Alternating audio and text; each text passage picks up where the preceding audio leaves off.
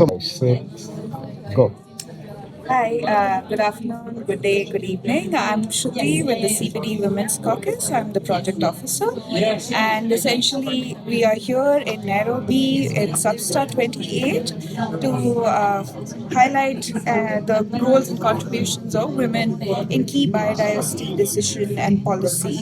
And essentially, we are here to highlight that women are the custodians, they are the knowledge keepers, and therefore they need to be part of any of the kind of decisions that is being undertaken, whether it's on protected areas, whether it's on sustainable wildlife management. Women are central to any kind of conservation, restoration, addressing drivers of biodiversity loss.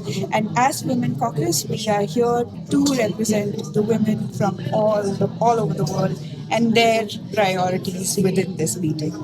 Human rights based approach also includes gender equality. Yeah. Gender equality is human rights. If you are talking about women's rights, they are human rights. Yeah. So it is important to address human rights to ensure that individual freedoms, but also communities who are being custodians of biodiversity conservation, the ones who are defending their territories, the ones who have been conserving their territories, the ones, indigenous people, local communities, especially women and young people within them, they need to have a space here to be able to share their priorities. And also at the same time, the human rights based approach, if it is implemented at a national level, allows for them to be considered in key decision making around biodiversity. Their knowledge systems are considered, their priorities are considered, and it needs to then get reflected at the national biodiversity policies as well.